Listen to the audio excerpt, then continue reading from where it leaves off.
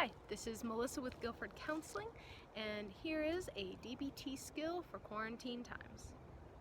The skill I'm going to cover today is mindfulness of current thoughts.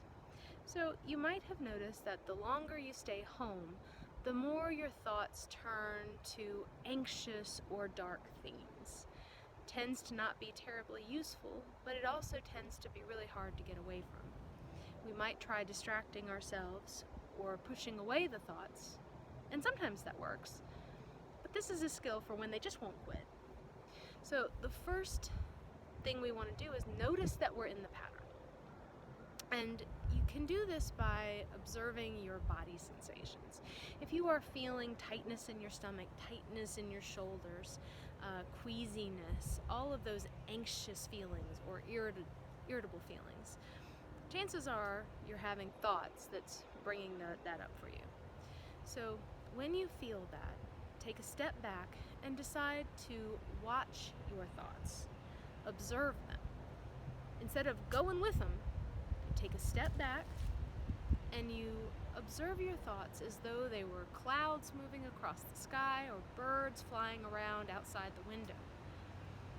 We don't want to judge them or analyze them. We want to just let them be. The next thing you want to try to do is get curious. Where do these thoughts come from? I mean, literally, where in your head do they come from? See if you can follow a thought back to its origin. And I don't mean what was the thought before this? I mean, where in your head? Can you feel the thoughts coming up in your brain? The next thing is to start to play with them. If we're not taking them seriously, if we're not assuming that our thoughts are true and right, if we're just watching them, they can be something to play with. You might try saying your thought over and over again really fast until it stops making any sense. Have you ever said a word until you were just like, is that really even a word? You can do that with a problematic thought as well. You can say it really slow. So for example, if I was having the thought, when is this going to end?